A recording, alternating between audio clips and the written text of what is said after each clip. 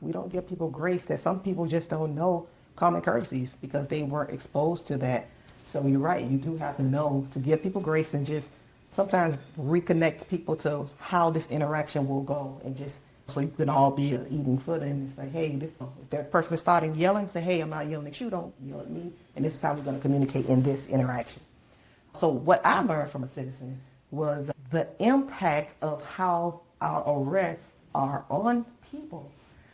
And I think we don't think about when a person is trying to navigate the court system and say you mess with someone, you encounter someone who has several arrests, a criminal, and they want to change their life. So they want to now go and expunge their records. And now the felonies, they can only do, at the time, in the state of Florida, one felony. They can only expunge one felony.